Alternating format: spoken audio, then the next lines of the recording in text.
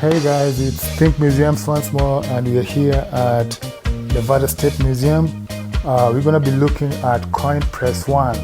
That's the original coin press that was used during the launch of the mint here in Carson City in 1870. Was to make sure it was the right weight. This is the U.S. So they weighed each one of these on a balance scale. If they were too light, they put in a bucket and just remelted them. If they were too heavy, they just filed some off. Okay. And every 3 or 4 months, the clothing all had to be burned. You had to wear special clothing made here. And the women had to wash their hands in special sink to get the dust off. Okay. And every 3 or 4 months, the clothing was burned to get the gold and silver dust off. Because if you're filing off, if the coins was too light, it just was remelted. If it was too heavy, it was filed off. So then you got gold and silver dust on it. So the clothes had to be burned, and the gold and silver dust were retrieved from the ash. And the floor was swept, and the chimneys were swept, and that was all retrieved. Carson City. Oh, so you recycled the Yeah, they recycled it, went through the whole process again. Yep. So the machine actually does all 3 things at once. It makes the heads and tails, obverse and reverse, and it puts the reading on the edges. Starting in 1870. Those little ridges on the edges. 1893. And it does it all in one strike.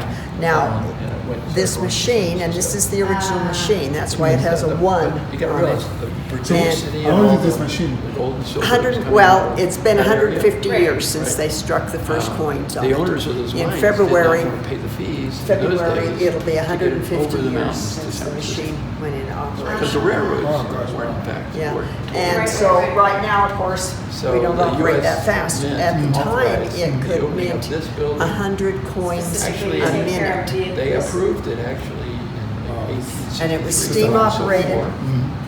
But it, The belts came up here on the side through the floor, came up here on the side and ran the machine. So this press So arrived after in it's minted, 1869, so it's then it comes 150 out years here old. into a hopper on the And side. the first coins that And- were produced. Oh, they drove from the side. And, yeah, and then once there's 1,000 of them in the hopper, then they stop the machine and took the bag off. Actually, So the director that's of the the U.S. original, Mint is going to be the original machine. At one time, there were 3 machines here. Altogether, 56 million coins were minted here. 56 million coins. Yeah. The Truckeeriver and the prison break and the. So if you'd like to see it, we can run it for you, and you Yeah, can see it in operation. Yeah, let me see how it goes. Okay, so after it's been weighed and it's the right size, then it goes to the coiner. So who's Frederick Gale? Frederick, yeah.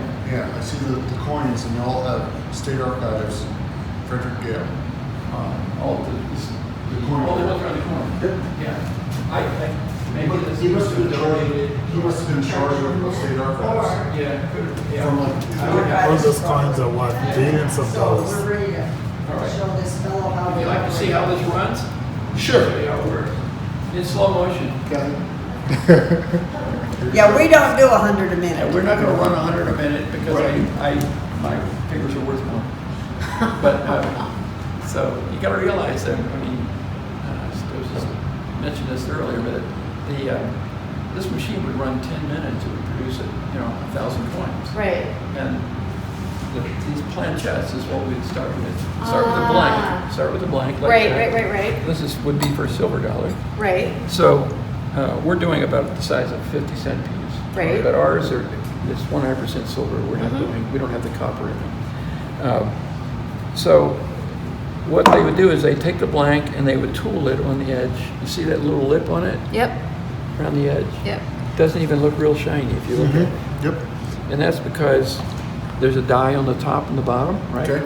There's also a die that's in this color right here. Oh. And when this gets pressed down, it will form the ridges on the edge of the coin. We call that reading. So you have to use your imagination, but I'm not going to do 100 a minute, sorry. It's not loud or anything, not to worry. Yeah. But I'll show you what 110 tons of pressure would be. If I wanted to do this, it would be 170 tons to do a silver dollar. Wow. So the one, does that give it a deeper quality of the engraving then, or what? Well, the dies, are the key to that. But the pressure has nothing to do with heat or anything. It's just the pressure. This pressure. I mean, gold and silver are relatively soft metals. I was going to say, it's more malleable. So, right. And they added copper to make it so it would be a little more, well, one, it would wear longer, and it wouldn't be brittle. So, all right. You ready? Clear? Clear.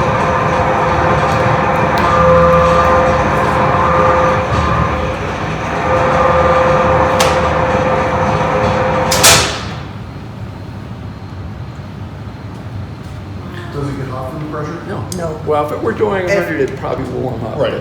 Wow. But that's the, That's cool. this is the rail car from Promontory Point. Well, actually, it's right up here in our Railroad Museum.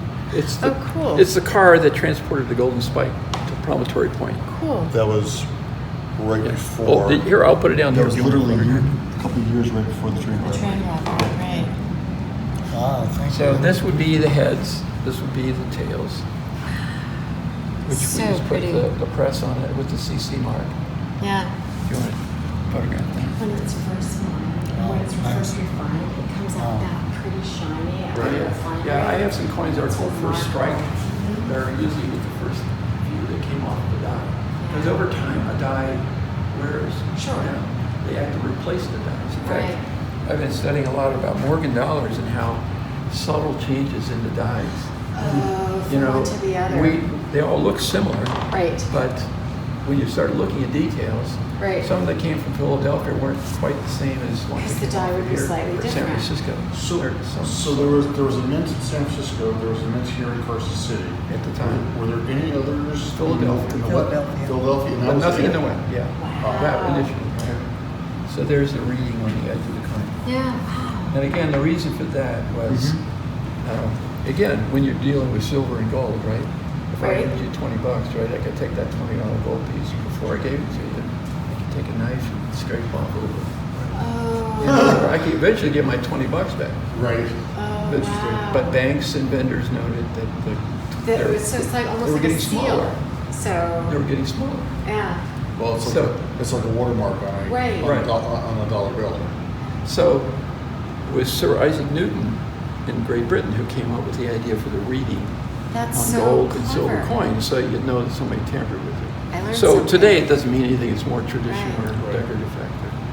But that's just to give you an idea. Cool. And are you a coin collector at all? I'm hungry. You're hungry? Well, here, So just take much. $2 and go to McDonald's. That was an awesome demonstration. Thank you guys for being with me here at the Nevada State Museum. Please subscribe and turn on the notification bell so that we can explore all these museums exhibitions together.